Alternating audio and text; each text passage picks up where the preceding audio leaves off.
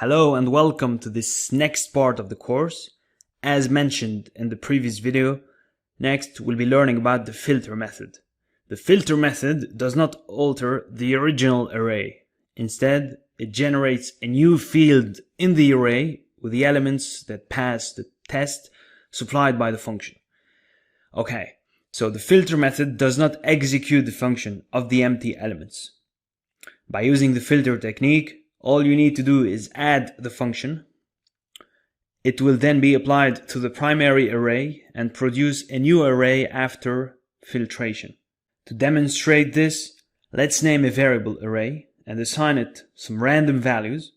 Create a new variable now called a, then call the existing array and apply the filter technique. The arrow function is compatible with the filter method. The return function a equals 10 follows this.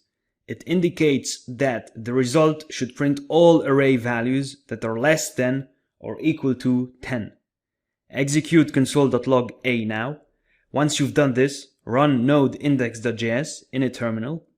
Square brackets 569 will be printed in the terminal as a result because these three values are fulfilling the conditions of the filter method. The code of this procedure is as follows.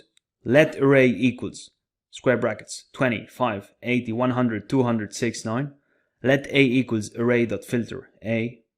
Return a less than or equal to 10. Console.log a.